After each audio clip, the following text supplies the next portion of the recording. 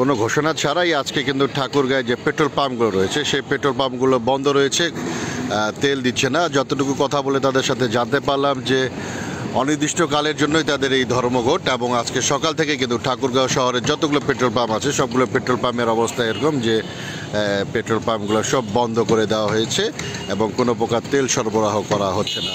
জ্বালানি যে তেল রয়েছে সেই তেলগুলো পেট্রোল পাম্প থেকে সরবরাহ করা হচ্ছে না। সকাল সকাল বেরোলাম বাসা থেকে, পাম্পে এখন তেল নিতে। সারাদিন বিভিন্ন কাজে বিভিন্ন জায়গায় যাওয়ার লাগে আমাদেরকে, পাম্পওয়ালা তেল দিচ্ছে না। এটা একটা বিশাল ভোগান্তি। আমরা তো ভাই জব করে খাই রে ভাই, মোটরসাইকেল তেল ছাড়া আমরা চলবো কিভাবে? এই যে পাম্প মালিকগুলো সিন্ডিকেট করে সব পাম্প বন্ধ করে রাখে, তেল বন্ধ করে দিচ্ছে। অবশ্য বিভিন্ন পাম্পে গেলাম, সবারই একই অবস্থা, সামনে বাস ঘেরা করে পাম্প বন্ধ করে দিয়ে রেখে দিয়েছে।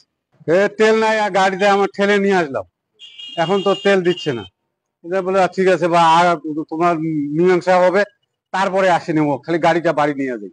অবস্থা তো গাড়ি ঠেলে নিয়ে আসলাম, বুড়া মানুষ, আর কত পারবো? কি হবে মানে এটা চরম কষ্টকর।